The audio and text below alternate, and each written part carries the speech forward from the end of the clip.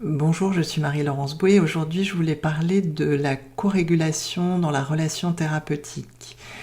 La co-régulation, c'est ce qui permet, par exemple, à une mère de s'adresser à son enfant de manière adaptée. Par exemple, un nourrisson qui pleure, d'être capable de le prendre dans les bras pour l'apaiser, ou de lui chanter une chanson, ou de faire quelque chose qui va permettre à l'enfant de réguler son état intérieur et de savoir que cet état intérieur prend fin grâce à l'intervention de l'extérieur, mais que lui aussi intérieurement peut avoir cette ressource-là.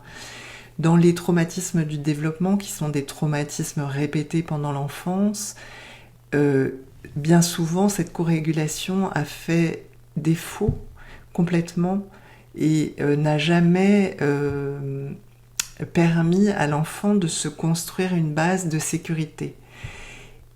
Et c'est pour ça que c'est dans la relation thérapeutique, c'est très très important la relation et la capacité du thérapeute à accueillir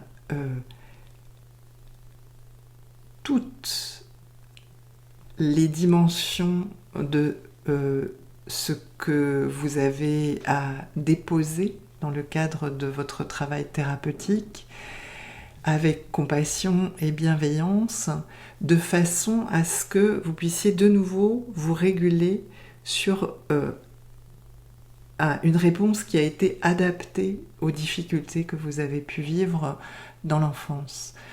Et juste, je redis encore, il me semble, toujours la chose la plus importante est la relation avec le thérapeute, beaucoup plus que les approches utilisées et beaucoup plus que des techniques en fait. C'est vraiment pouvoir faire suffisamment confiance à l'autre pour accepter qu'il puisse recevoir et être le dépositaire de quelque chose qu'on a traversé et nous donner une réaction réparatrice et guérissante parce que du coup beaucoup plus adaptée. Voilà, je vous remercie de m'avoir écouté et je vous dis à bientôt.